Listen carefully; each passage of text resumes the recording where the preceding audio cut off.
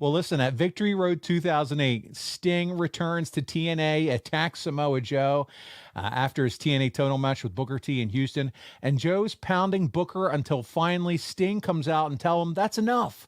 And eventually Joe flips him off and Sting hits him with the bat. And now we have Sting in a heel role. Kurt, what do you think about Sting as a heel? I don't think of Sting as a heel.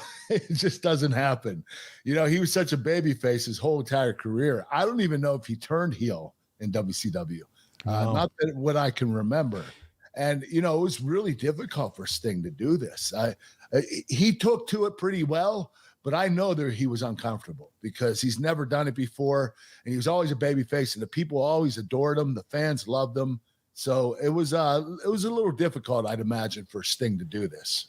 Yeah, I mean, even you mentioned WCW. He was that white meat baby face that, you know, when he was had the crew cut and all that. But when he became Crow Sting, it was that darker, but still baby face. Still babyface, Yeah. yes. Well, listen, at Hard Justice, you take on AJ Styles in a last man standing match, and Sting appears at the end of the match to save you after AJ wins and gives AJ a scorpion death drop. And there's arguing between Kevin Nash and Sting for attacking AJ. All these top stars, you talked about it. And mind you, all of you are from the WWF, WWE, or WCW.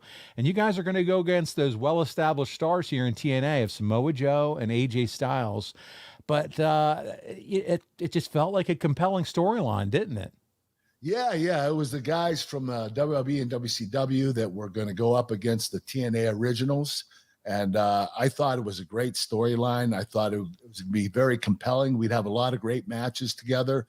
And the whole idea, the whole concept wasn't to make us. It was to make the younger talent in TNA.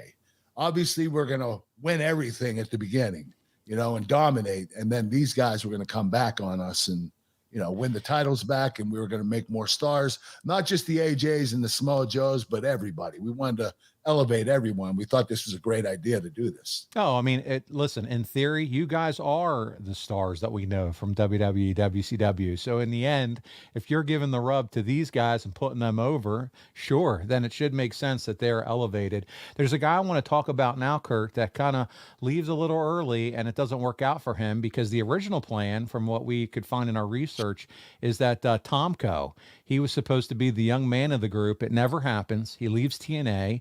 Were you surprised to see him leave here at this point?